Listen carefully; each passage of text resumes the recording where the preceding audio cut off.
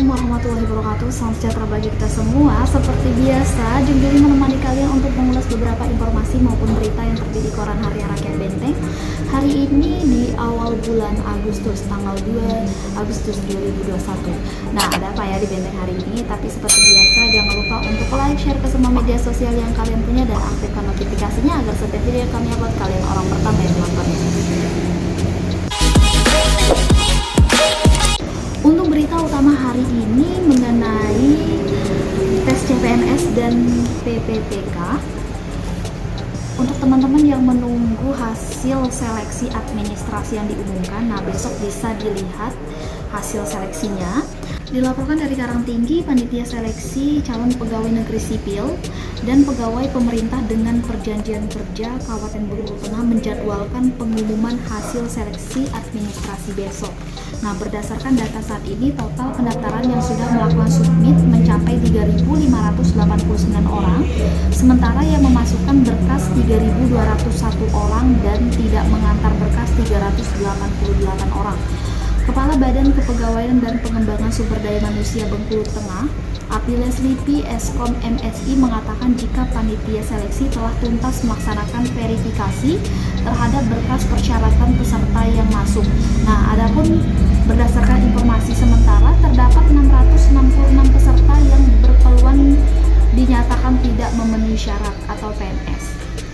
Apiles Lipi menuturkan mereka yang PNS atau tidak memenuhi syarat ini diantaranya lantaran terdapat kekurangan berkas persyaratan, data yang tidak cocok dengan file yang diunggah secara online, termasuk kualifikasi pendidikan yang tidak cocok dengan formasi yang dilamar.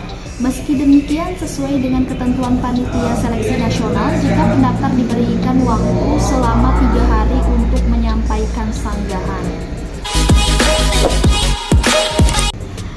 Berita selanjutnya masih dari halaman utama, ini mengenai tentang mematuhi pemberlakuan PPKM level 3 dan penghentian kegiatan yang bersifat keramaian. Nekat gelar resepsi dibubarkan. Dari Pondok Kelapa, Satuan Tugas atau Satgas COVID-19 Kabupaten Bengkulu Tengah kemarin melakukan operasi justisi terkait dengan surat edaran Bupati tentang pemberlakuan pembatasan kegiatan masyarakat atau PPKM. 1 titik lokasi resepsi pernikahan di Desa Pekik Nyarin, Kecamatan Pondok Kelapa dibubarkan. Kepala Satuan Polisi Pamung Praja Bengkulu Tengah, Gunawan RSE MM, mengatakan pihaknya melakukan operasi justisi di kawasan Kecamatan Pondok Kelapa yang diketahui saat ini masuk dalam kawasan zona merah COVID-19. Didapati 1 titik lokasi melangsungkan resepsi pernikahan sehingga atas dasar SE Bupati maka dilakukan pembubaran secara sukarela.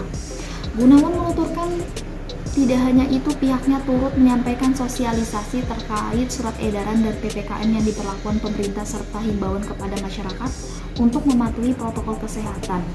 Nah, sementara itu Kasih Imunisasi dan Surveillance Dinas Kesehatan Benteng, Nurul Fajri Escape mengatakan berdasarkan data per kemarin, ini didapati jumlah kasus COVID-19 di Benteng mencapai 706 orang, rinciannya itu ada 574 orang dinyatakan sembuh, 108 orang isolasi dan 166 suspek, dan ada 24 orang meninggal dunia.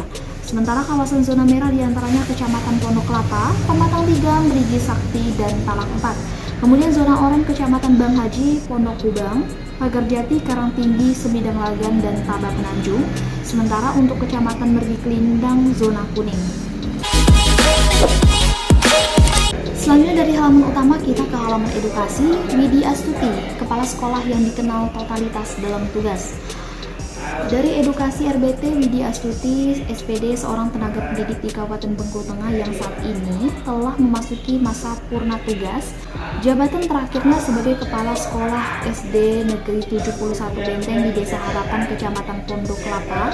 Selama berkarir, sosok Mbak Win, panggilan akrabnya, dikenal sebagai seorang yang baik, amanah, dan totalitas dalam bertugas. Seperti disampaikan Kepala Sekolah SD Negeri 75 Benteng, Dina Eka Putri, SPD, ia mengatakan selama mengenal Bu Win sebagai seorang yang ramah dan baik hati antar sesama tenaga pendidik maupun kepala sekolah.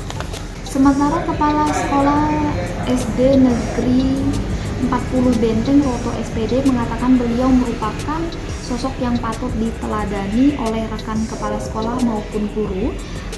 Kepala SD Negeri 28 Bengkulu Tengah, Dr. Linda Silawati, MPD turut mendoakan agar Mbak Win selalu diberikan kesehatan dalam menikmati masa purna tugasnya. Dari edukasi kita ke liputan 11 RBT, titik 0 produk unggulan desa budidaya lele dan bagi BLT dana desa tuntas.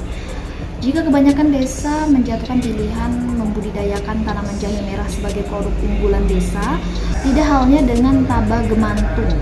Pemerintah desa setempat ini memilih budidaya ikan lele sebagai prokudes desa yang terletak di Kecamatan Merigi Sakti tersebut. Nah, lokasi kolam untuk budidaya lele ini sudah ditentukan dan siap dikelola agar bisa menghasilkan. Giat lain dalam minggu yang sama kemarin, pemerintah desa Taba Gemantung tuntas membagikan bantuan langsung tunai dana desa. Penerima bantuan berupa uang tunai sebanyak 88 keluarga penerima manfaat atau KPM dengan besaran masing-masing itu Rp900.000. Itulah tadi beberapa informasi maupun berita yang terbit di koran Harian Rakyat Benteng.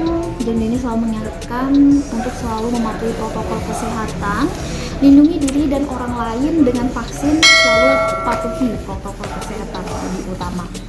Nah, untuk mendukung channel kami jangan lupa untuk like, share ke semua media sosial yang kalian punya dan aktifkan notifikasinya agar setiap video yang kami upload kalian orang pertama yang nontonnya. Kalian juga jangan ketinggalan berita setiap harinya.